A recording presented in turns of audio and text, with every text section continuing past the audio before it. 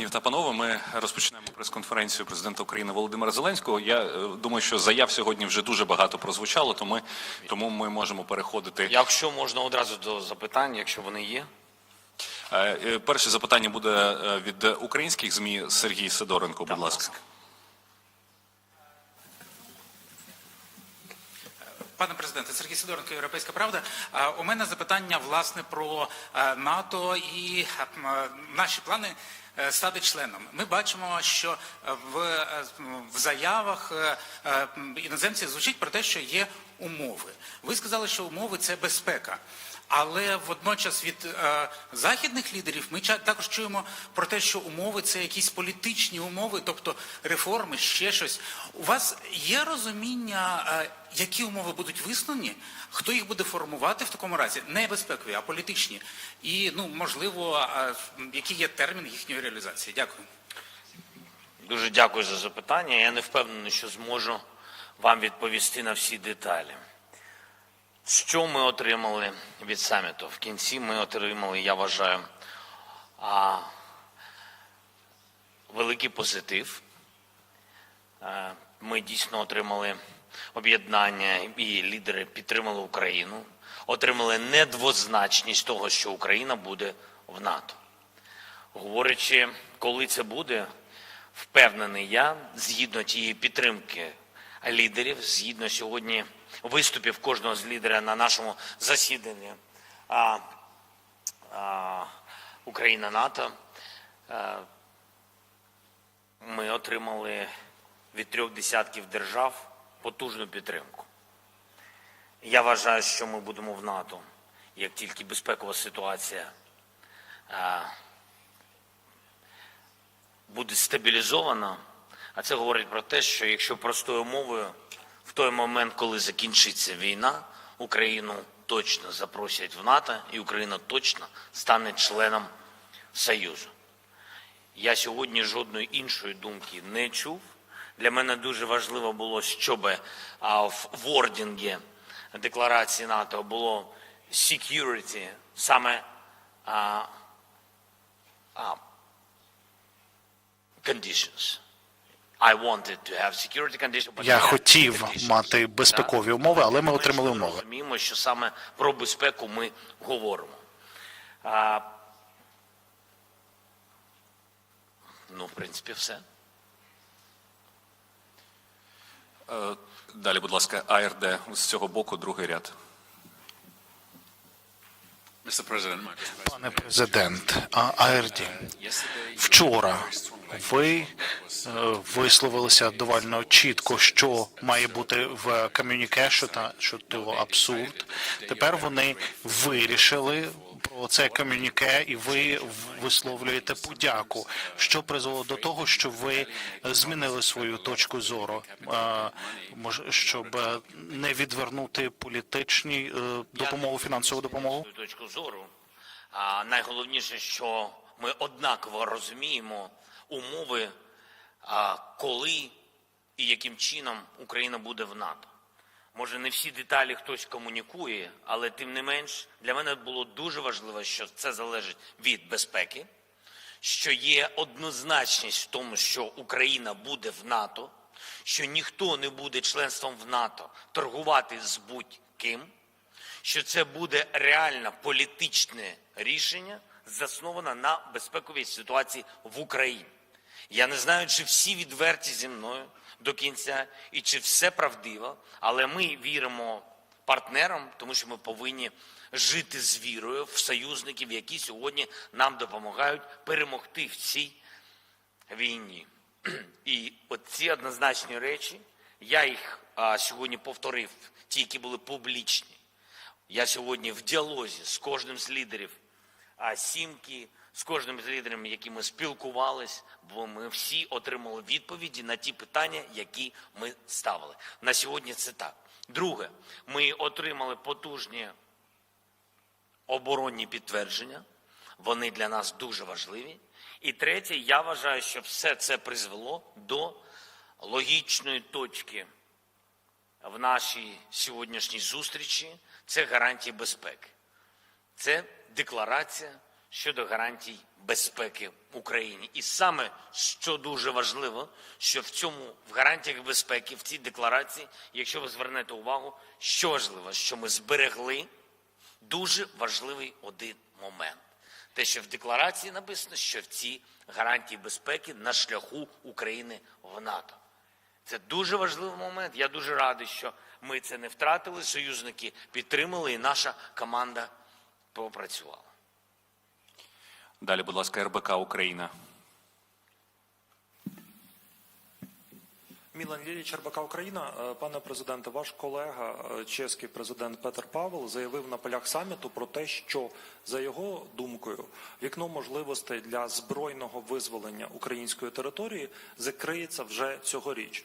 Далі почнеться тиск щодо перемовин, далі підтримка з боку союзників, на думку пана чеського президента, буде слабшати і так далі. Ви після всіх ваших зустрічей сьогодні на саміті бачите такий ризик? Я сьогодні на саміті бачив підтримку від Сполучених Штатів Америки, Німеччини, Франції, Польщі.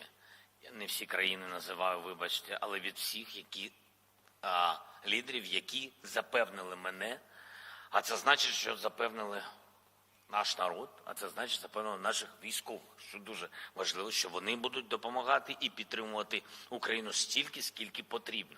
Але ми з вами повинні розуміти, що все це залежить і від того, які дії у нас будуть на полі бою. Це дуже важливо не тільки для підтримки союзниками нас, це і потрібно нам з вами, щоб ми були мотивовані, щоб ми знали, до чого ми йдемо, що ми йдемо до перемоги, відновлення нашої територіальної цілісності. Ми не можемо просто стояти на місці і розраховувати, що десятиліття нас буде хтось підтримувати. Я розумію, про що це. Тому бажаю нам всім успіху в цій боротьбі. Я впевнений, що повинен бути позитивний результат. Дуже непросто, складно. Важливий момент також був сьогодні, то що я детально, як можу, детально пропрацьовую з нашими партнерами саме моменти, які можуть бути чи уповільнювати процеси, чи ускладнювати процеси. Ви знаєте, скільки всього, як воно заміновано, тощо, і коли ти не там, ти не в Україні, ти деякі речі можеш просто не розуміти. Дуже важливо донести. Я вважаю, що наша команда сьогодні зробила це, донесла всі ці важливі деталі. Тому підтримка не буде зменшуватись. Принаймні, так сказали партнери. Далі, будь ласка, ЛРТ. Вітаю. Олександра Контлерина, це Литовське національне телерадіобачення. По-перше, слава Україні, пане президенте, і ми дуже раді, що ви прибули до Вільнюса. Моє питання наступне. Всі говорять про перемогу України, що Україна має перемогти. Але що ця перемога означатиме для вас після півторарічної війни? Ми не очікуємо ніяких сюрпризів. Ми хочемо повернути нашу землю, повернути безпеку на нашу територію, повернути людей, які вимушено виїхали за кордони нашої держави. І це, я вважаю, що це перемога, я колись говорив, але це все одно потрібно покарання за всі ці злочини. І це частина справедливості, а справедливість є частиною перемоги. У будь-якому випадку заморожений конфлікт – це не перемога, якщо ви про це. 24 канал Україна, будь ласка. Пане президенте, перед вашою двосторонньою зустрічю із Джо Байденом Білий Дім повідомляв про те, що на порядку денному переговорів власне питання постачання Києву далекобійних ракет. То коли ми отримаємо Атакамс? Дякую.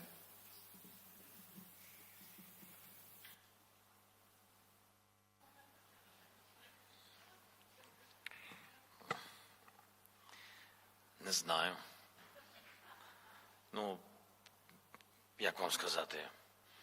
Є такі розмови, поки немає рішення, краще не піднімати питання, тому що є очікування людей, військових, всіх, Так, і мені здається, що важливо спочатку зробити, а потім вже будемо ділитися інформацією, яким чином це відбулося. У нас є складне рішення, і за яке я вдячний президенту Байдену. Ми почали цю розмову дуже довгий час тому, місяці, про кластерні боєприпаси. Скажу вам відверто, ми про це говорили. І я вдячний, що є таке рішення, тому що просто нечесно, Росія використовує, а у нас відповідної зброї немає. Ми багато працювали над цим. Я вдячний президенту Байдену і його команді, що нам вдалося отримати такий результат. Тому почекайте, не все одразу. Будь ласка, Sky. Перший ряд, first row.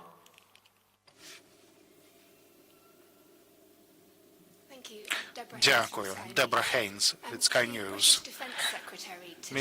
Міністр оборони Великобританії сьогодні сказав, що Великобританія – це не Амазон для постачання зброї. Бен Воллес також мав декілька порад для Києва, оскільки ви продовжуєте запитувати зброю і підтримку.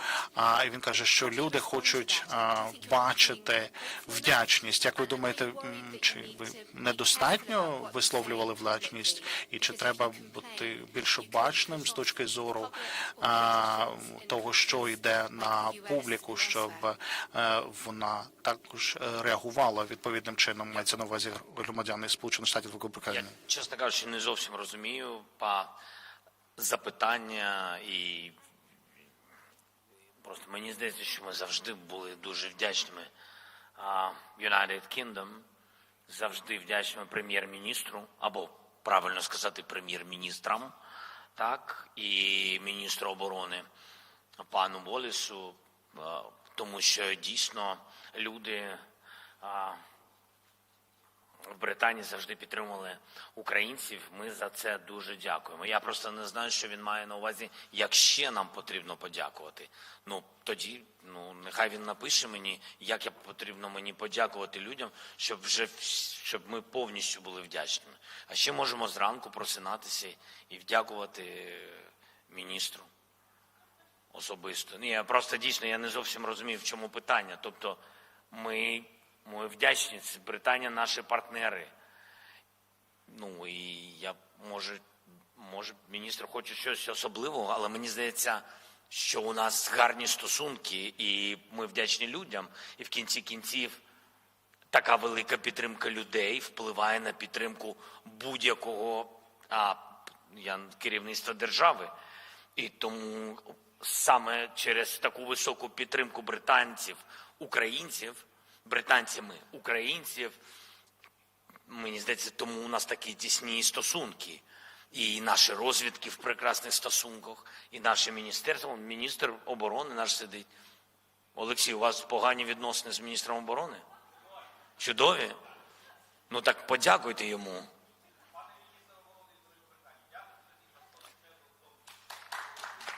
That's great. Чудово. And you have to call him. І треба йому зателефонувати. Please. Today. Сьогодні.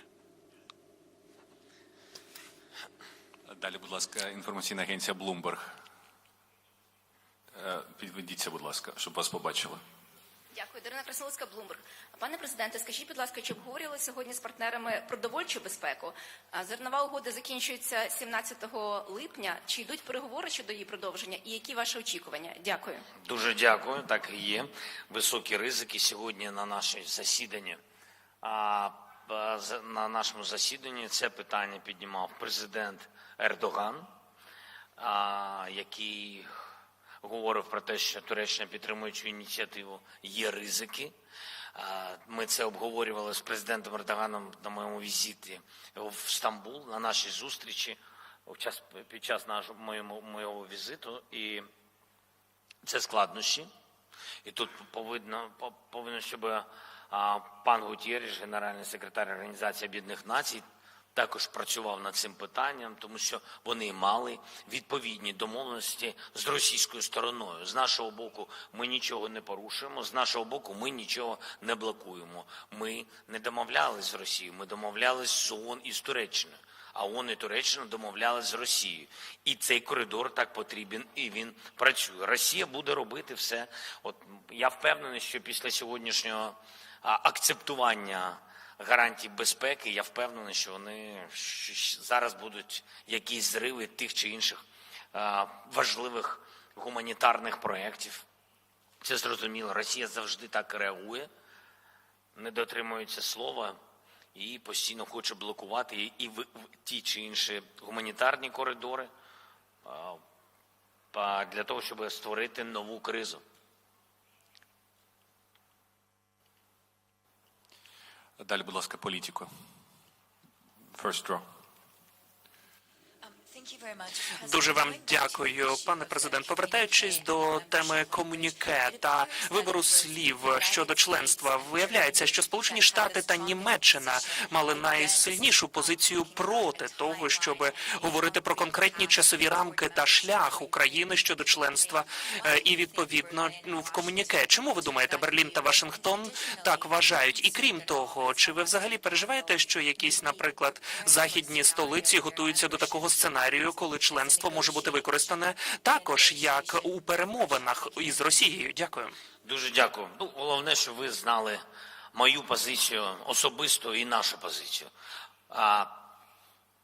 Я про це говорю завжди відверто. Я впевнений, що зрадницької позиції не буде від Байдена і Шольца.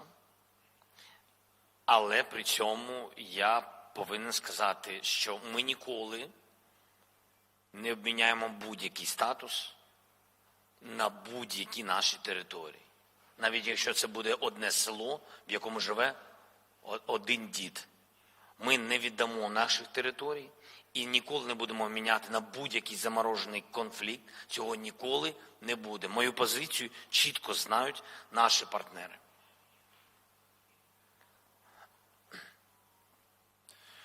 Далі, будь ласка, VRT. No, further. Stand up, please, so they can Будь see ласка, you. підведіться, щоб вас бачили. Дякую. Я бельгійське телебачення VRT. До саміту ми чули з українських джерел, що небажання Заходу дати Україні те, що вона хоче, відкладає перемогу України. На вашу думку, чи цей саміт наблизив трошки перемогу України? Так. Yes. How? Як? Важливий момент, дуже важливий момент захистом нашого неба. Air Defense Systems. І це дуже важливо. Зараз є невеличкі кроки вперед. Вони дуже важливі. Не буду говорити щодо кількості патріотів, але важливо, що це рішення прийнято. Це раз. А друга історія пов'язана з armed vehicles різного типу. Броньовані машини. Є публічна інформація, яка вже була. Тут немає чого скривати. Це бушмастери. І є і інші рішення щодо броньовиків. Це дуже важливо. Да. Хотілося б мати прорив щодо артилерії. Скажу так, що ми обговорюємо. Є позитив, але рішень конкретних поки що немає, але на це потрібен просто час. Потужність зброї завжди наближає перемогу на полі бою. Далі, будь ласка, телеканал 1+1 Україна. Прохання підвестися, щоб вас побачили. Вітаю, пане президенте. Наталія Фібріх, ТСН.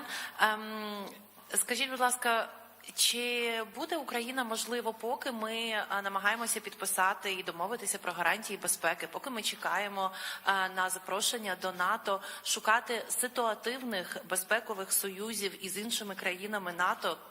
Наприклад, як ви оцінюєте думки з Польщі, що, можливо, польські солдати можуть розміститися в Україні після настання миру? І наскільки це загрожує єдності оборонного альянсу? Ох, скільки у вас запитань з різних частин світу. Дивіться, по-перше, що ми підписали? Є установча зустріч і є відповідна декларація щодо гарантій безпеки, як я говорив, це зонтична така домовленість. Далі буде якраз конкретні, дуже конкретні підписані документи на двосторонніх відносинах наших зі Сполученими Штатами, наших з Німеччиною, наших з Японією, з Сімкою, плюс інші держави, які доєднаються до цього, до цієї декларації. І там буде, я впевнений, і Польща, і інші держави. Одразу 4 або 5 держав просто сказали одразу, що ми доєднуємося. Я вважаю, що це буде дуже серйозно безпековий союз гарантій. І це дуже серйозно, тому що важливо, ці документи будуть ратифікуватись в парламентах держав. Тобто це серйозний документ, а не Будапештський меморандум. Дуже серйозний. І там же bilateral, хтось що може. Хтось дає тобі F-16, хтось дає тобі Air Defense, ППО, так, протиповітряна оборона. У когось немає, у когось є танки тощо. Тобто двосторонні конкретні домовленості, багаторічні або недовго, якщо ми дійдемо до НАТО швидше. Це дуже важливий момент, що там в декларації написано «на шляху до НАТО». Я вважаю, це дуже важливий момент, який ми дотиснули. І партнери погодились з цим. Це вже говорить, що ми не граємось, ми дійсно бачимо Україну в майбутньому альянсі. Друга історія про наших польських друзів. Я чесно хочу вам сказати, що питання таке ніхто не підіймає, і ми не зацікавлені, і країни НАТО не зацікавлені, і ми не зацікавлені, поки ми не в НАТО, щоб у нас розташовувалися ті чи інші збройні сили. Я вважаю, що в цьому випадку наших збройних сил достатньо. Питання якраз в конкретній новітній зброї натівського зразку. А ось, наприклад, навпаки, якщо ви поглянете, якраз партнери розуміють, що у нас потужна армія, і коли ми будемо в НАТО, то наші військові, які зрозумілі з досвідом військовим, ось вони, впевнений я, можуть бути запрошеними в рамках чинного законодавства забезпечувати відповідну безпеку на територіях інших натівських держав. Ваше запитання, будь ласка. Ізраїльський державний канал, пане Зеленський, перший тиждень війни, хто б міг повірити, що ми тут опинимося, правда ж тут? Тож, на початку війни ви були дуже незадоволені позицією Ізраїлю. Ви сподівалися отримати залізний купол і не отримали, і багато іншої підтримки, також системи про попередження щодо ракет. Які зараз у вас відчуття щодо підтримки Ізраїлю? Чи ви очікуєте більшого? І чи запросили би ви пана Нетаньяху відвідати Київ? Тому що я вважаю, що він один з західних лідерів, які ще не були в Україні за останній рік. Дякую. Дуже дякую. По-перше, я пана Нетаньяху запросив. А по-друге, я запрошував і 2 інших прем'єр-міністрів, які були до пана Нетаньяху в Україні. А поки що прем'єр-міністри різні, результат однаковий. Що стосується залізного куполу і інших, скажімо так, систем протиповітряної оборони, які ми хотіли отримати від наших партнерів з Ізраїлю. Просили ми на початку війни, приблизно так само, як з прем'єр-міністрами. Місяці пройшли, поки що результату немає. На жаль, тому що Україна дуже зацікавлена, щоб у нас, між нашими державами, зберігались важливі такі історичні, тісні стосунки. На жаль, поки що результату немає. Телеканал Freedom, будь ласка.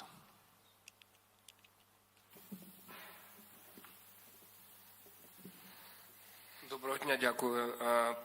Олексій Мацука, Фрідом. Володимир Олександрович, а скажіть, будь ласка, як буде синхронізуватися сьогоднішні документи з формулою миру і санкційною політикою Києва? санкційна політика Києву синхронізується з введенням санкцій. Санкції вводяться державами на рівні Європейського Союзу і в односторонньому порядку з іншими державами, які не входять в Європейський Союз. І це, мені здається, це постійна робота, і у нас вже велика кількість санкційних пакетів, ми будемо продовжувати. Гарантії безпеки, а вже ж там будуть виписані конкретні кроки щодо реакції, якщо буде та чи інша агресія проти нашої держави. Це про постійну підтримку України. Це про недопущення повернення агресії. Це про те, щоб не була послаблена підтримка нашої держави. Посилення наших Збройних сил, посилення безпеки на землі, воді, в повітрі, посилення наших фінансових структур, сайбербезпека, кібербезпека тощо. І санкційна політика, порядок застосування санкцій. Все одно все це пов'язано. Тому що санкції ж не хтось вводить, а конкретні держави через відповідні агресивні кроки конкретної держави. Ваше запитання, будь ласка. Доброго вечора, Нора Панкуна. Пане президент, для мене велика честь вас тут приймати. Дуже дякую. І запитання буде таке: крім завершення війни, звісно, які ваші основні політичні цілі та очікування до наступного саміту в НАТО в Вашингтоні? Мені подобається, що ви кажете, що окрім закінчення війни, що ще планує Україна зробити до наступного саміту в НАТО. Я дуже радий. У нас з вами однаковий рівень позитиву. І це правда, ми віримо в перемогу. Ми віримо, що буде наступний дуже важливий крок для України на наступному саміті НАТО. Символічно, все ж таки 75 років Альянсу в Вашингтоні. Мені здається, нам треба багато працювати і готуватися до цього саміту. Окрім цього, бажання одне – перемога. Ніяких бажань немає інших, якщо чесно вам скажу. Ніяких амбіцій інших у мене немає. У мене є одна ціль – перемога. З перемогою точно прийде членство в НАТО. І точно вже всім зрозуміло, ми вже маємо абсолютну єдність, що Україна буде членом Європейського Союзу. В принципі, це абсолютно справедливо. Україна виборювала таке для себе майбутнє, недалеке майбутнє, так? А майбутнє в цьому житті, в реальності, майбутнє бути рівноправним членом Європейського Союзу, безпекового альянсу і бути незалежною державою. Ось така ціль. Шановні колеги, ще два запитання зможемо вислухати. Будь ласка, український суспільний мовник, підведіться, що вас побачили. At the back there.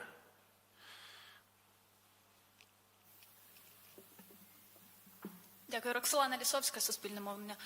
Володимир Олександровичу, сьогодні лідери G7 погодили декларацію, але не було ніякого підписання. Чи можете ви пояснити, чому не підписували і загалом чим ця декларація важлива і що означає погодження? Це те саме, щоб вони підписали. Просто це така була обрана процедура. Тобто це те саме, що ці лідери підписали. І що тепер буде далі? Тобто тепер будуть двосторонні? Як я вам сказав, так. Між нами, тими, хто вже є в декларації, ми вже починаємо розробляти двосторонні документи, а також з державами, які доєднуються до цієї декларації. Хто захоче, а вже ж. Але ми бачимо, що буде такий серйозний союз. Дякую. І останнє запитання, будь ласка, по центру. Сірий піджак, блакитна сорочка, розкішна борода. Так, ви, будь ласка. Дякую. Mr. President, Пане президенте, я Раймонд Клановський з Литовська газета. Польща у Литві вже співпрацює з Україною стосовно питання безпеки, у тому числі і військова співпраця, а також спільний підрозділ. Також у нас є співпраця в експорті зерна через польські та литовські порти. Тож чи має ця регіональна співпраця включати в себе більш тісну співпрацю у науковій сфері, у тому числі в дослідженні та розробці, наприклад, зброї? Дякую. Це дійсно наші найпотужніші партнери, наші дружні сусіди, які завжди відстоюють Україну, Литва, Польща завжди з нами і завжди перші адвокати щодо майбутнього членства в ЄС і в НАТО. І це абсолютно зрозуміло, тому що вони розуміють на рівні історії своєї загрозу агресії Росії. Вони розуміють, що таке агресія, до чого вона може призвести, і вони розуміють, що таке втрата можлива, ймовірна, втрата незалежності і ідентичності. Бо вони проходили через це. І тому вони наші дійсно близькі друзі. Є різні програми співробітництва, включаючи виробництво відповідних оборонних систем. І також працюємо щодо міцності в кіберпросторі, обмінюємось спеціалістами, програмами. Також дуже багато працюємо в цифровізації, яка також має великий вплив. Наприклад, не буду говорити як, але на самому початку війни нам це дуже допомогло. Ми зберегли дані нашої держави, різні дані від банківських, тобто інших, через те, що у нас потужна цифровізація в державі і наш застосунок діє. Багато різних напрацювань ми ділимося з нашими партнерами. Шановні колеги, бачимо, що ще багато запитань. Ми дуже вдячні вам за цей інтерес, але, на жаль, мусимо завершувати. Дякую, пане президенте. Дуже дякую, до побачення. Литві дякуємо за все, за такий прийом, за таку велику підтримку для нас. Дуже вдячні вам. Бережіть себе. До побачення.